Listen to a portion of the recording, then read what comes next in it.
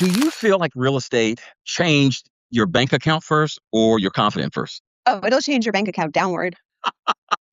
Really? If you want to take your bank account down, start being an entrepreneur. Amen. And you're preaching to the choir. Reporting from Washington, D.C.'s Rip and Flip Studios, it's the Rip and Flip Podcast with Al Blocker. Al Blocker coming to you from the Rip and Flip Studios out of Washington, D.C. Believe it or not, I'm at episode 51. And as you can tell, the format has switched. I'm now coming to you with both video and audio. And again, it's episode 51. And I am thrilled, I'm excited, and I am stoked about today's guest. I've had her on before. She is the queen. I call her the queen of real estate, New York City. I've got with me today my dear friend, Lynne Mazin, on the show. Lynne, welcome back to the show. Thanks for having me, Al. It's great to be back. It's always a thrill and a treat when I can either have you on the phone and certainly on the show. So thank you for taking time out of your busy schedule to rejoin me on the show. I want to start with this, Lynne. The last time you were here, our conversation was centered primarily around business. Today, I really want to shift the conversation. I want to talk more about the evolution, not just what you do, but who Lynne Mazin is really becoming. Because much like myself, Lynne, you made the transition from corporate America into real estate. Now, I'll tell you, our backgrounds are so similar. I know you were watching $1 Million Listings, and I was watching, I think, Tarek and Christina, and said, I think I can do that. I want to do that. And I made a transition. And where I'm going with that is this, the bridge from corporate into this world of entrepreneurialism, right? What I found out, the truth is people see entrepreneurship, they see real estate, they see the freedom, right? But what they don't always understand is the person you were before all of this came to fruition, right? So let's go back for a minute. Why don't you tell, and again, I know about your background, why don't you tell my listening audience and my viewers, who was Lynne Mazin in corporate America? And what did she get right while in corporate America? Talk to me, Lynne. That's an interesting question. I have a very traditional background. I went to high school. My dad went to University of Michigan. I never even really applied to any other universities because my dad always said, you're going to University of Michigan. I showed up the first day at University of Michigan, never even saw it. And there I was. My dad is an attorney. He's like, I don't care what you do, go and get your law degree. So again, same thing. Went to undergrad, applied straight to law school and got my degree. And my dad really thought it was a really crucial skill. He said, I don't care what you do, but just having the education, a legal background is very valuable in every industry. I never thought I would be a traditional attorney, but I'm happy I listened to my dad. I went straight to law school. And while I was in law school, I actually had the privilege of working for some great people that were affiliated with the U.S. Attorney's Office, federal judges. And I really just absorbed everything they did, loved everything they did, but knew I was never going to actually do that. So I had the opportunity to work on a case that had something to do with Wall Street. I didn't know a lot of what was going on in the case because I was brand new, but they were following traders, and these traders were so intriguing to me. I was like, that I'm doing Wall Street. Whatever these guys are doing, whether it's good or bad, I obviously am going to be the good witch, the good fairy, but I want to do Wall Street. And that was really my first real taste of even what a stock or bond was working for the U.S. Attorney's Office, where they were really investigating something that had to do with a Wall Street case. So the second I graduated law school, I called everyone that I knew desperate to get a role in Wall Street. And again, saying those words to me even now, away from seeing the movie Wall Street, didn't mean anything. I was like, I just want to be on Wall Street. Wherever Wall Street is, right. I want to physically be on it. And it really took a long time. It took a lot of endurance, knocked on a lot of doors, got a zillion no's of why I was not qualified. And I, in my heart of hearts, believed I was as qualified as everyone else. I had a law degree. I went to the University of Michigan. I performed well. And everybody told me no, to the point where it probably took me about 18 months to get a job. And I called everyone and went on interviews and Like there just was no in for me because at the time I did not fit the traditional mold of what a Wall Street person had looked like. And through a lot of resilience and a little bit of luck, I finally got an interview with a Canadian bank where they wanted somebody to work on a high yield desk because somebody on a high yield desk would have had legal background to understand some of the covenants of what bonds really were. And I said, great, I can do that. Even though I really didn't even know what a covenant or a bond was, I was like, yes, I'm your girl. And I was probably there, maybe not even 6 months, and September 11th happened. And our building was right next door to the World Trade Center. So when that plane hits the building next door to me, which is Wow. very, very close, Yeah. it was a sonic boom to the point that we didn't know it wasn't our building. It sounded like a bomb. And we did not know it was our building that did not get hit, I which didn't know was that about you. I didn't know you in that close proximity. That was close proximity. Wow. yeah, we're right next door. And I really remember looking around the trade floor and thought to myself, who am I going to live with? It was just one thought, who am I going to live with? And there was our compliance officer who I knew was a marathon runner.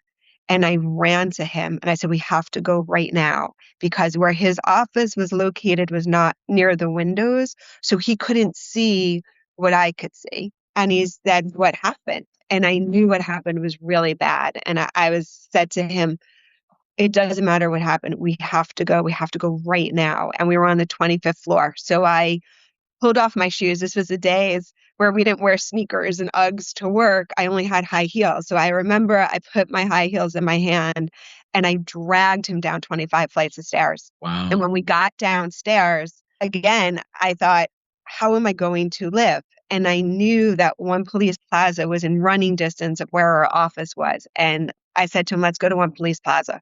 And he really thought that it could be a dirty bomb or something, that the air wouldn't be clean. He said, I don't know if we should go in or stay out. I just knew because I was able to see the fire where we were. I'm like, we need to go. And we ran to One Police Plaza. And when we got there, the cops started to scream, get down. And I didn't know why we were getting down, but I literally remember almost like diving into the concrete like it was a pool. And the second plane had hit the second tower.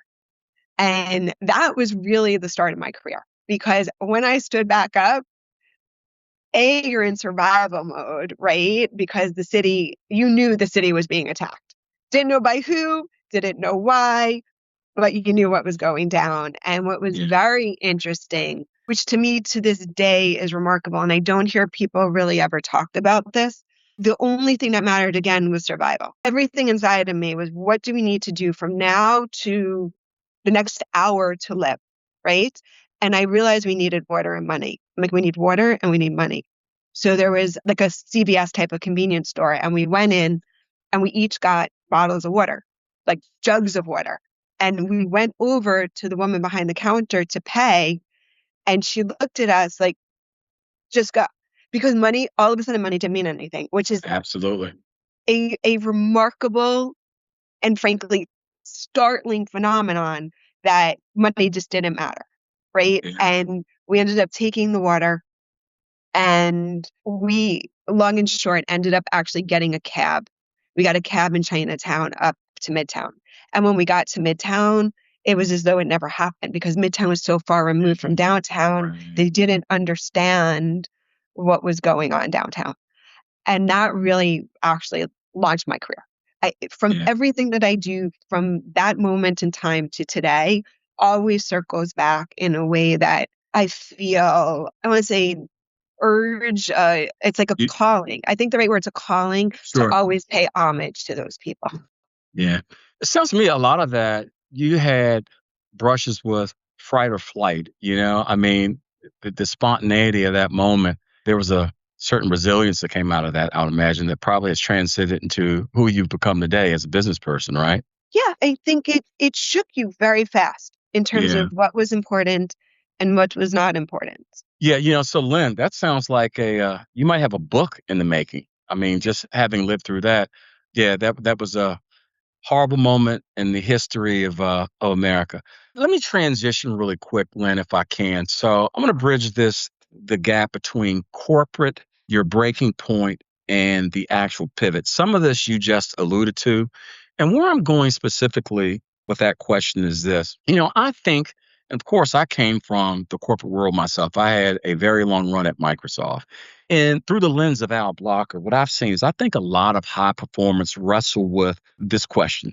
And obviously, you were very successful at Wall Street. And the question is this success or is this just comfort? Right. And I do have to ask you, was there a moment where you said to yourself, I know I can continue to do this, right? Stay at Wall Street, right? To presume the activities and do the daily things that you were doing. But then you reach a point where you say, you know, I don't think that I'm supposed to stay here. And that is, the birth of this entrepreneurial pursuit that you take. Was there that moment ever? I knew that I wanted to do something that belonged to me. Yep. And as long as I worked for somebody else, I was going to wake up every morning working for somebody else. And that I didn't know how or when or why I was going to do it, but I knew it was going to come. And I just really had to find my calling. Yeah.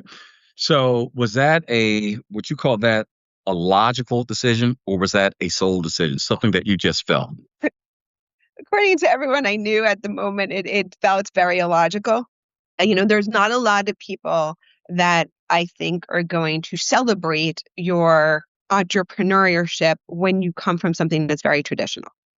Right. When you have a 401k and you have health insurance and you have a job and everybody goes from associate to executive director to managing director and there's a path to a leadership role and continuity, most people really feel comfortable in certain roles and knowing what tomorrow brings. And people around you really that rely on you rely on comfort. Yeah. That's a perfect segue, Lynn. I don't think we talk enough about this part. When you leave corporate, you're not just leaving behind a paycheck, right? You're leaving an identity behind. What scared you more, losing a steady income or finding how you were without a title? Talk to me. Yeah, you hit right on it. Yeah. All of a sudden, you wake up in the morning, you're like, who am I? Right? Who Right, am I? exactly. And everyone you meet are, who are you? Who are you? That's a very deep question because we all want to know who you are, right? You want a title. Are you a wife? Are you a mom? Are you a sister? Are you an employee? Are you a boss? Are you a manager? What industry are you in? What's your title? We size people up like that. And all of a sudden, when you say to people, oh, by the way, I don't have a job, I'm launching my own career, you get the look. And there's definitely a look. Right. You're right. And she sort of stole the words out of my mouth because, somewhere in that transition, real estate showed up, right? Not just as a business, but almost as a proving ground, right? So do you feel like real estate changed your bank account first or your confidence first? Oh, it'll change your bank account downward. Really? If you want to take your bank account down, start being an entrepreneur. Amen. And you're preaching to the choir. I've been there, been there. But things will shift. I think the key is you have to have staying power. I don't know many entrepreneurs who jumped out into whatever their chosen product or services and hit home runs, right? I mean, you go through some serious growing pains and you eventually get there. But the thing is, you have to pour in the sweat equity. You have to be consistent and you got to devote the time. And if you do all of those things, nothing's guaranteed, but the chances are greater that you'll yield a pretty good return in the end. Would you agree? Exactly. You really have to commit. You need a game plan because you do not have success on day one. Success is not a straight line. It's definitely like the few like kicks in the ass on the back. Yeah. And you need the mindset to be prepared for that.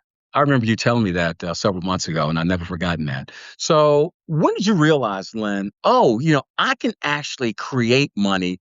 I'm not just earning it, being an entrepreneur? It's very interesting. There's a couple, now that I've been doing this for a long time, there's a couple of different moments in the evolution. Day one, when you're responsible for yourself, it's a different level of obligation. I probably have a little bit more of a high risk tolerance, a little more of a high risk profile. I was comfortable saying, I'm going to bet on myself. I have my law degree. I have an MBA. I've been on Wall Street for 15 years where I was consistently successful. I had a network of people who I thought were successful. And like you said, I thought, even though everyone probably thought I was crazy, that I can take a step back and then pivot and reposition and then actually accelerate beyond where I presently was. Not just from a financial perspective, but from a holistic, joyful, rewarding perspective, which was very important to me at that phase of my life. And that, like exactly like I alluded to, yeah, you might take a step back financially because you have to invest in the business. But ultimately, if you have a game plan and you're strategic and you are very receptive to being mentored and reaching out to the community of other people who have been successful in the industry, people will help share that recipe to help you become successful in your role. And now that I'm in a position where I'm hiring people and I have people that work for me and people reach out to me on a consistent basis to join my team and become more involved in my own business model, now it's more about an obligation, not just for myself, but now I feel very responsible for their success. So, Lynn, I need your help for a second. Let's mess up this Instagram version of entrepreneurship for a minute because people see freedom, they don't see pressure. Tell me and tell my viewers, what part of entrepreneurship did nobody warn you about? Oh, that much, huh? Not exaggerating. I am not exaggerating.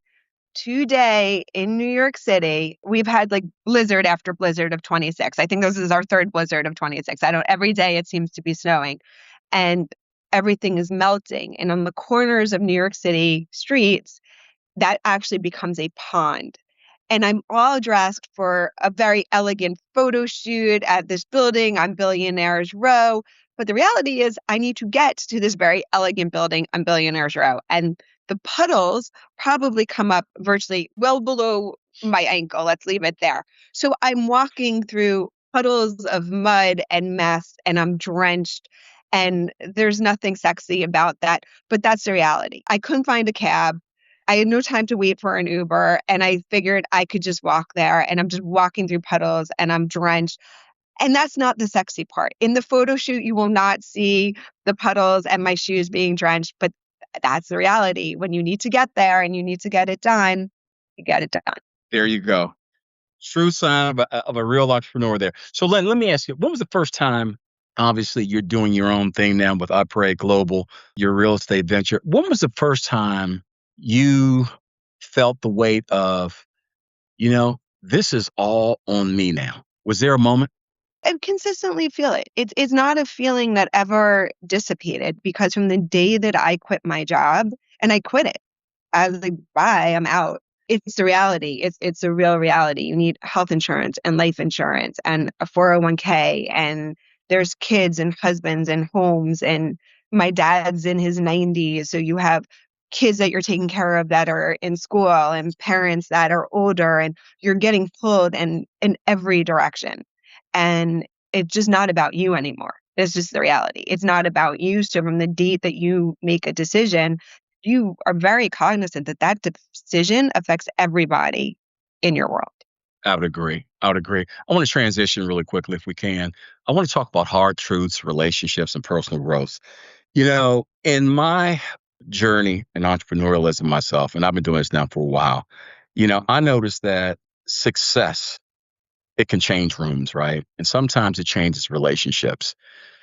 Did you notice shifts in who you could relate to or who could relate to you once you bet on yourself? Because you mentioned betting on yourself. And I think that's something that people overlook and a quantum leap that you have to embrace as an entrepreneur, or if you are entertaining the thought of being an entrepreneur.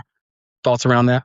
It's really critical. You can only surround yourself with people that believe in your vision.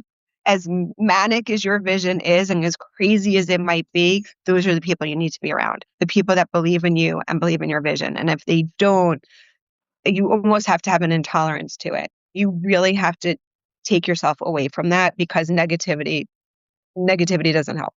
Let's talk about again, I got a lot to talk to you about personal growth and money psychology, right? And I love talking about money, but not just numbers, right? The emotional side of it is what I really like to get into.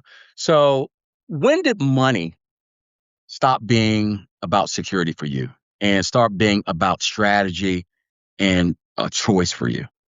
I'm sure I'm not alone in this. I think most people that run their own business are very cognizant, not just of their earnings but their investments. So I really look at the earnings strategically to see how I can take those earnings and then reinvest it in my business. And I'm still at that stage. I still am at the point where I'm like, I have a success and I'm like, great, how do I take that success, reinvest in my business, and then leverage it so that exponentially my business grows over the next 2, 3, 5, 10 years?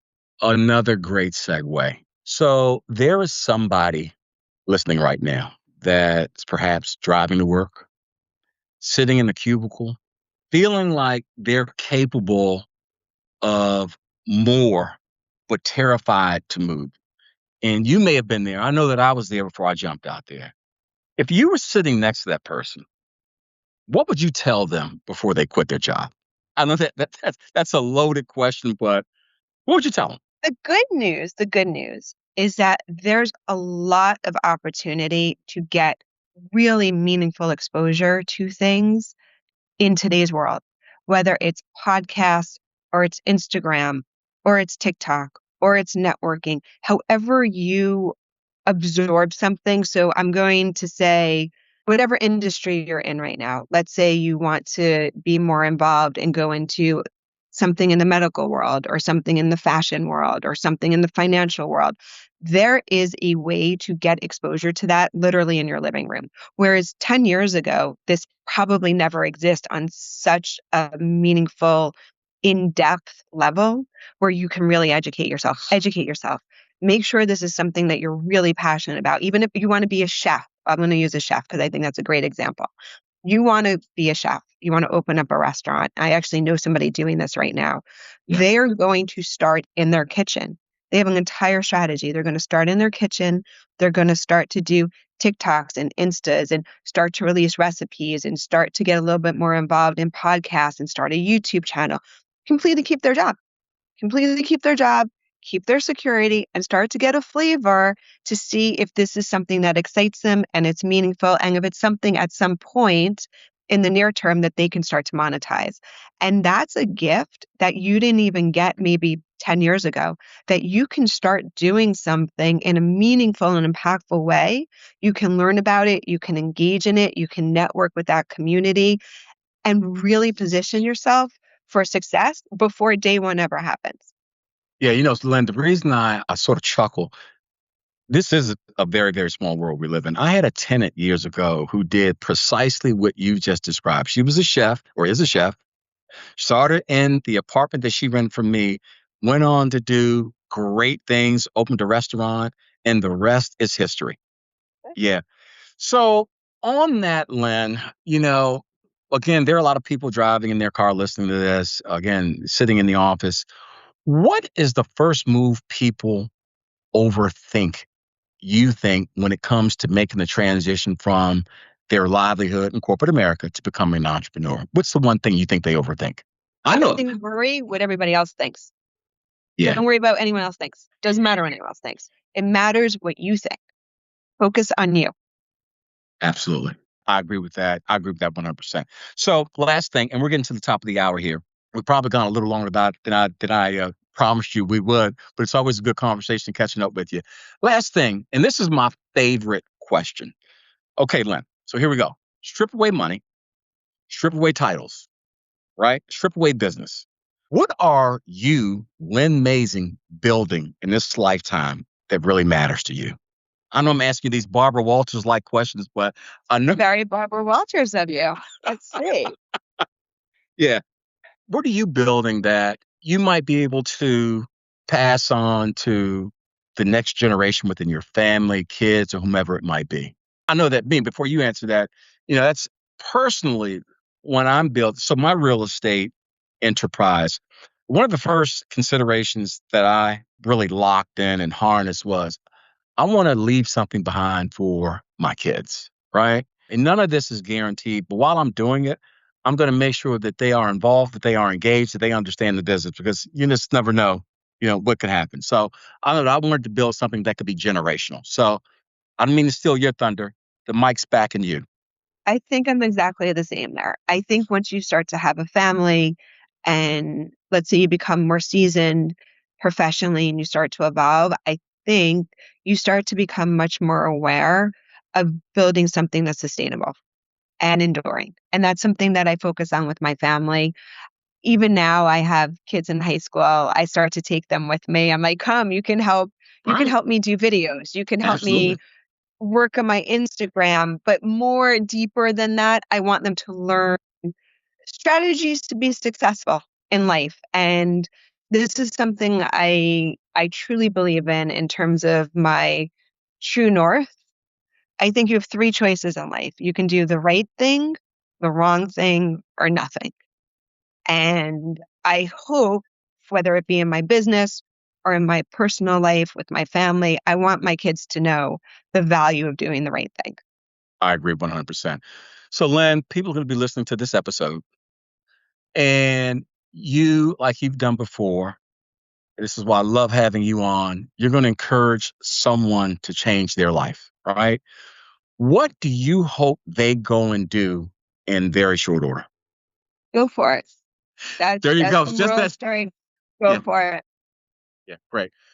Well, Lynn, I'll tell you this. And I know I've told you this before, what I respect about your journey is you didn't just change careers, you redesigned your life.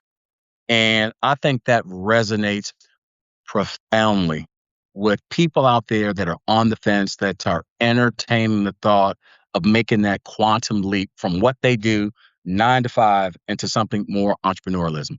And that's a level of courage that most people never tap into. And I'm really grateful, Lynn, that you shared your story, and we'll have to find time to get you back on. It might be another 6 or 12 months or so, but rest assured, I want you back on the show. So, Lynn, before we part, any encouraging words for my listening audience out there? People, again, many people, maybe even today, say, I am sick and tired of the rat race.